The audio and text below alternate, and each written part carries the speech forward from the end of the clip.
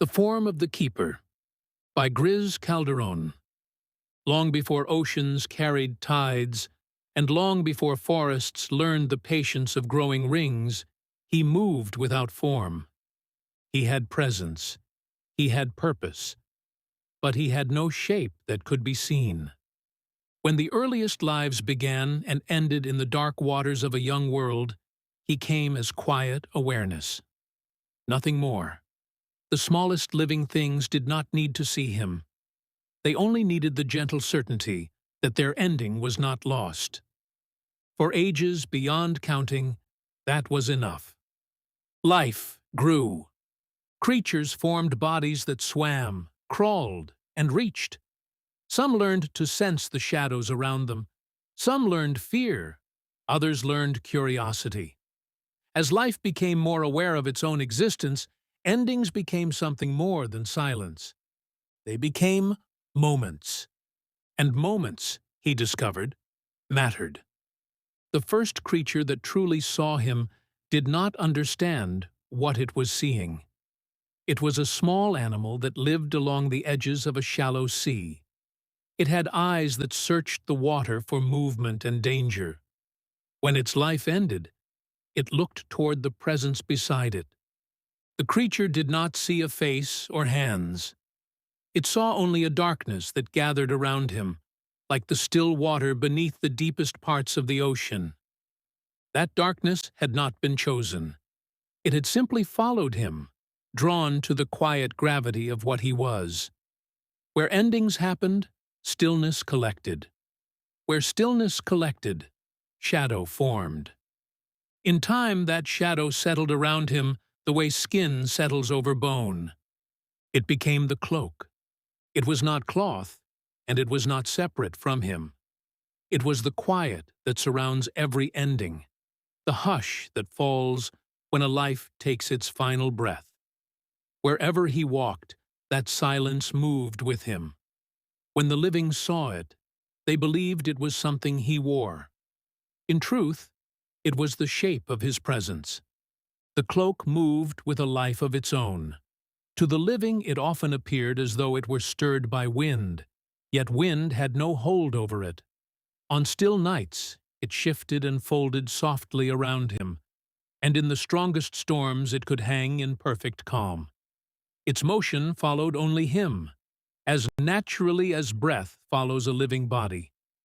The living believed the wind carried it. In truth, the cloak needed nothing at all to move. The cloak was not meant to frighten. It was meant to soften the edges of a moment that might otherwise feel too sharp. A similar change came later, though not in the way many would imagine. For ages he had guided life without touching it. Most endings came gently. A body would still. Breath would stop. The living thing would simply cross the threshold he guarded. But life continued to grow complicated. Creatures developed strength, speed, and teeth. Some died slowly.